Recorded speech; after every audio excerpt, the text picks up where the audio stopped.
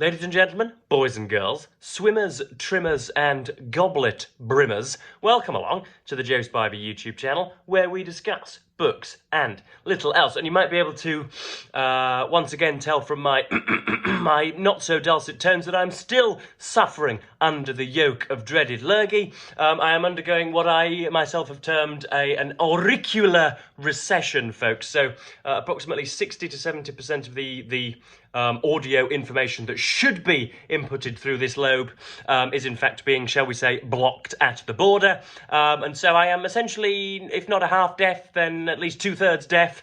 I've got all sorts of green, smelly matter in my nasal passages, but I'm still fighting it off. I've not quite got the flu shivers just yet, and that is because this is not an advertisement for such an unguent, such a product, but at least I did want to show you what we like to use here in the United Kingdom when we are under illness's stern spell. And this is Vix Vapor Rub. I suppose there are other brands, other brands of soothing balm are of course available, but this should be applied liberally to the nose, to the throat, to the chest, and on the soles of the feet when one is climbing into bed, and it helps you fight off the worst of the seasonal flus and illnesses. I realise that I do sound like something of a geneticist or something of an engineer, something of a nerd who should be talking about complicated things. I sound like somebody with very few friends. That prototypically nerdy voice has taken over me. But anyway,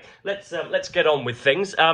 Before we get into this, the main book review of this video, of course, we've got Non-Fiction November, and I've already read my first non-fiction book by cheating. I started on October the 29th rather than November the 1st, so as to have a video for you fine supplicating subscribers on the 1st of November. But a little while ago, I hauled Ian Kershaw's the second part of Ian Kershaw's 2-volume biography of the malevolent Adolf Hitler, and I was looking for an adjective there, and sometimes I happen upon positive ones, and I really didn't want a positive one to come out there, but I happened on a negative adjective, the malevolent Adolf Hitler, and was looking for I've been scouring the Derbyshire landscape and the bookshop. I've been marauding through the second-hand bookshops here with Grand Viceroy Spivey in Derbyshire and Cheshire and Lancashire, looking for the first part, and I've half succeeded. I have Ian Kershaw's abridged biography, 1,000 pages on Adolf Hitler, which will jolly well do, and I shall probably begin this today, in fact, now that I've finished the book that I am to review in this video. What can we say about Adolf Hitler? Well, I think it's a pretty timely period to be reading this book, given that there is a dictatorial fascist in the United States who is looking to terminate the US Constitution and reassemble it in his own image, somebody who would like to deport millions upon millions of brown people, somebody who would like to impoverish his own citizens with sort of braggadocio tariffs, somebody who would like to prevent any dissent or opposition in his society, and somebody who is very willing to round up any opponents. So it's jolly good to, it will be jolly good to read some of the historical antecedents of fascistic control of particular land masses. So that should be jolly fun. I believe is this the Penguin Modern Classic, or is it a Penguin Historical Classic? Penguin Books, it just says. It's the particular orange spine ones. I've got a few like this, so that's obviously Hitler in what should we say, glad repose, as he examines the blocks of thousands of acolytes who will die in his name. So that's Kershaw's Hitler. This will probably be a 4-part review due out in the next days and weeks, I don't doubt. And again, just before we get into the book today, me and the Grand Viceroy were fortunate enough to see one of the first screenings of The Apprentice, which is a new film which charts the early years of Donald Trump in New York and pays particular attention to his mentorship under the helm of the Republican lawyer Roy Cohn, essentially. I don't think he was ever known as a so-called Republican, but he was certainly castratingly right-wing. And Cohn was somebody from whom Donald Trump learned much of his malfeasances, and so it's very interesting to see. You got the original, shall we say, slightly sanguine, mild-mannered, still egocentric, but rather reticent Donald Trump, somebody, the sort of the 25-year-old who was fighting legal battles about potential racial prejudice in the selection of people who could inhabit the apartment complexes which he and his father rented out. And that was the reason that Cohn was brought into his employ. But I can't remember the names of the actors who played the official characters. I think Jeremy Strong played Roy Cohn. I think he was a little bit abrasive. He didn't quite capture the kind Roy Cohn, or at least the, shall we say, the cheering and pleasing Roy Cohn, somebody who could ingratiate himself into a social circle and liked to pat people on the back and liked to please people. He was a little bit harsh and a little bit horrid for my liking, but that may well be how Mr. Cohn was. It was a pretty good film and showed Donald Trump to be a serial liar and somebody who will stop at nothing to obtain his ideal goal. Jolly good film, and would recommend it to everybody else. We saw it at a very, very, very antiquated cinema indeed. It wasn't at one of these new fandangled places where they have, $300,000 chairs, where they charge 17 sterling for a bucket of popcorn. It was a traditional place. It was an old theatre perhaps from the 60s or the 70s in the village of Marple, and it was a particularly brilliant experience. You got a kind of wispy undergraduate to direct you to your chair with a torch. You got an interval where animal products could be bought for your own delectation. It was a fantastic affair, and me and Stephen jolly well loved it. So if you are not perturbed by scenes of strong homosexual sex, or indeed heterosexual sex for that matter, or a bit of bludgeoning every now and then The Apprentice will be a film for you. But finally, after 7 nautical minutes, I shall finally reference the book that we are going to be reviewing today, and that is David Epstein's The Sports Gene. Let's pluralise it. The Sports Gene, subtitled Talent, Practice and the Truth About Success. Now, I have had this for very many years and remember reading perhaps the first half to three quarters when I wasn't nearly as conscientious and elaborately bookish as I am now, when I was myself something of a sportsman. But couldn't remember an awful lot about what was said, and so this has been a delight to go through again. Obviously, this is in aid of. Sorry, folks, I'm not on a chair. I'm on a very, very floppy sofa, which sort of allows one to ooze into its arms, and so I'm struggling to contort myself in a decent way. But we press on. What was I discussing? I can't quite remember. So I am very, very interested in non-fiction at the moment because of Non-Fiction November, and this is one of those books which, by turns, does so, but could easily have done so more.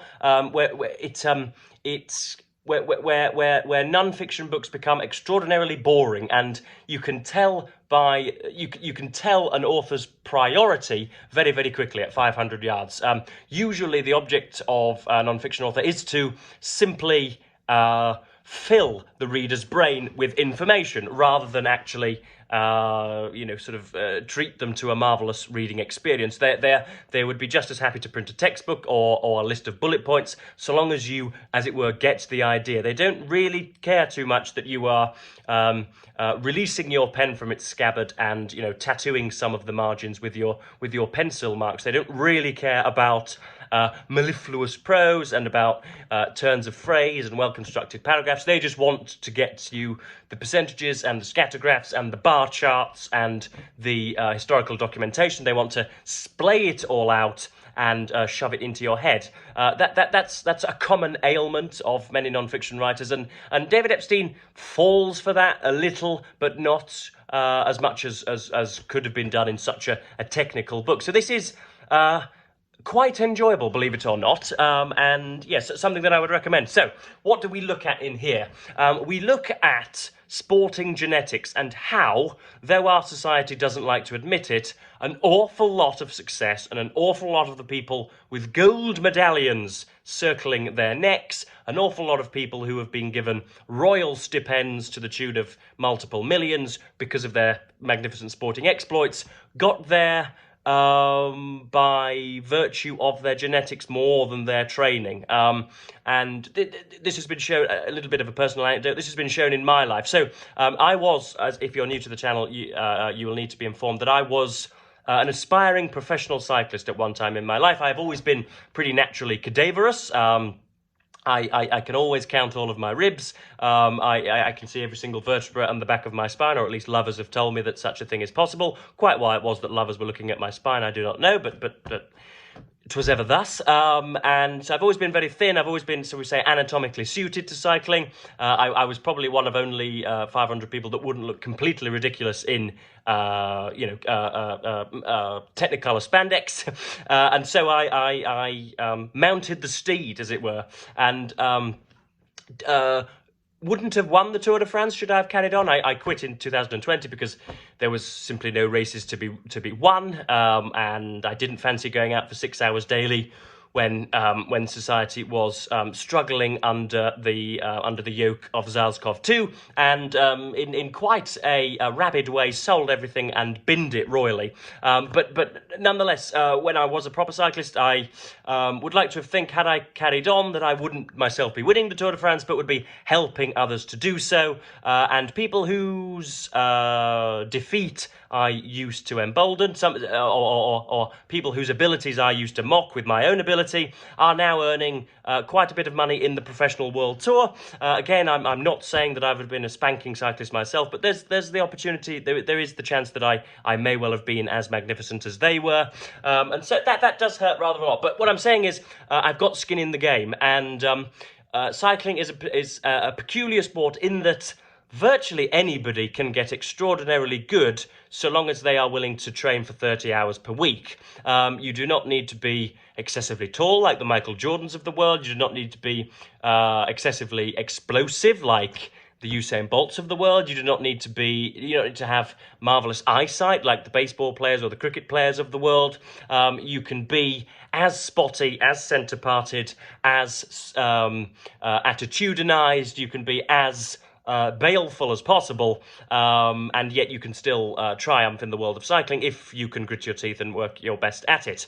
But I saw many times in my life, or raced with with a great deal of cyclists who had worked just as hard as I had, but had been given something of a lucky ticket. In other words, they could train fewer hours than we did, they could eat more calories than we did, they could get less sleep than we did, they could race on clunkier bikes than we did, and yet they would gallop off like proverbial gazelles into the distance whilst we were sweating at 450 watts on our own bicycles. So, in other words, I know what it's like to witness greatness, and to see the, shall we say, the genetically affluent when they're at their best. But yeah, I've got a few sections that I want to highlight. A very strange book, in that it doesn't really have a strong through line. It just looks at different ways in which genetics impact distribution of skills in sport, essentially. But one thing that really furrowed my brow whilst reading it was his mentioning of a lady by the name of Martinez Patino, who was, I believe, a runner who was a little beefier than lots of women, and I don't really like to lower the tone on this channel very much, and if we're going to talk about transgenderism, then I always like to caveat it with my own prejudices. But nonetheless, David Epstein does that very many times in this book, and talks about the difficult ways in which men and women are separated, and the fact that it's not so easy to separate men and women as certain right-wingers would have you believe. I know that sounds absolutely mad, but there are, even though this is an infinitesimal case, this is an example of a lady which is a strange noun to use when talking about separate categories, but this was an individual who didn't really seem to slot into the categories ever so well. Martinez Patino paid thousands of her own dollars to be examined by doctors. They told her that she had testes hidden from sight inside her labia and that she had neither a uterus nor ovaries. But the doctors also discovered that while her testes were producing male levels of testosterone, Martinez Patino had androgen insensitivity. That is, her body was deaf to the call of testosterone, and so she developed entirely as a woman. Most women can take advantage of all the athletic benefits of the small amount of testosterone their bodies produced, but Martinez Patino could use none at all. I thought that was a very, very interesting passage. You have Piers Morgan, who will bloviate at the drop of a hat about the unfairness of supposed men who have transitioned into women participating in female sports, when it is not nearly as binarily easy an issue. It's not nearly as binarily simple an issue.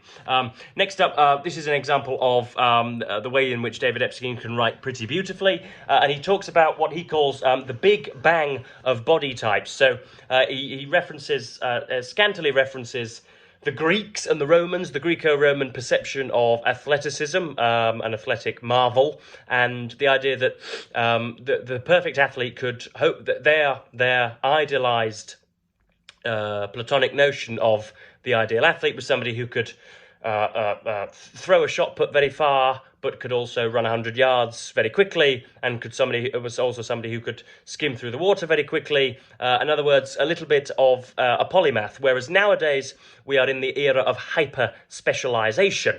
And so you have a kind of fanning galaxy of different capabilities and different phenotypes in athletes. So basketballers are getting taller, swimmers' shoulders are getting broader. What else? NFL running backs are getting smaller, and things are becoming more and more specialized. Just as the galaxies are hurtling apart, so are the body types required for success in a given sport speeding away from one another toward their respective highly specialized and lonely corners of the athletic physique universe. And then later, not surprisingly, as winner-takes-all markets have driven the big bang of body types, the genes required for any given athletic niche have become more rare, and the BOZ for most sports has decreased profoundly. About 28% of men now have the height and weight combination that could fit in with professional soccer players, 23% with elite sprinters, 15% with professional hockey players, and 9.5% with rugby union forwards. In other words, the requirements to even be considered reasonably decent at a sport are becoming harder and harder and harder. People are getting better and better and better. Whether that's being done by legal or illegal means we are, as at time of writing, unsure. But when the emoluments are so grand, and when the lorry loads of cash are so exhaustive or inexhaustible, you can imagine that some sharp practice is going on. Not that I have my ear to the ground regarding any rumours whatsoever. And now we've got fascinating information about people with. He broaches the subject of race an awful lot in this book, which is, of course, manifestly controversial, and something which is not touched by a great deal of scholars. And he talks about, this is something which has always piqued my interest whenever I watch the athletics competitions, but there seems to be, does there not, ladies and gentlemen, a predominance of black athletes in the 100 metres final, and even a predominance of black athletes in the marathon and the 10,000 metres. And I've always wondered why that is. Why is it that all the Jamaicans are sprinters, or why is it that many sprinters happen to come from Jamaica, and a great deal of those sprinters from Jamaica happen to come from one or two small villages? And why is it that all Kenyans and Ethiopians tend to dominate the long distance team? I know there are notable objections. We've got our own Paula Radcliffe. There was a white French bloke not so long back who could run pretty quickly in the 100 metres. But I've always wondered why it was that such a disproportionate amount of the planet seemed to excel at certain sports, and he does a decent job of describing that. It would seem that the reason that Kenyan runners tend to be a little more advantageous in their field is because they have.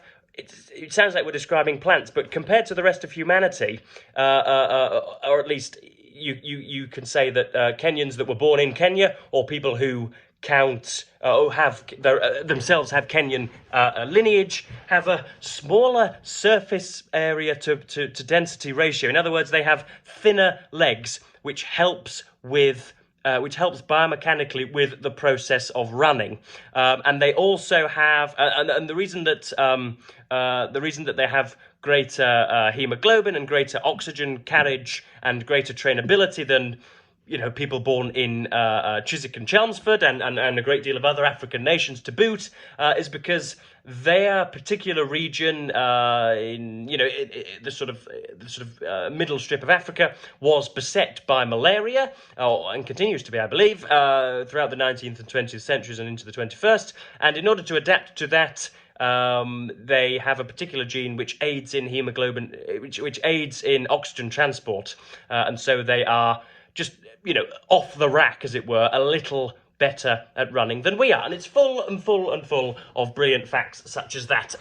I think because of my lurgy, I am struggling with my usual authority and mastership of the English language, and I'm sorry that this video has been a little, not half-assed or haphazard, but shall we say suboptimal. I'm not quite feeling myself. I'm not quite back up to my best. But hopefully, indeed, I shall be in the next few days. I have realised that in the first 5 minutes of this video, I was meant to reference the fact that I have recorded some of the landscape here in Derbyshire and was going to insert that into the first 10 minutes, but I've completely forgotten to do so, and so I'll have to use it at a later date. But I have gone on for way north of 20 minutes now. You shall have to join me either at the weekend or earlier next week when I begin Ian Kershaw's biography of the foul Adolf Hitler. But until that point, I'm going to remain anonymous, and as ever, thank you ever so much for watching BookTube, and say goodbye.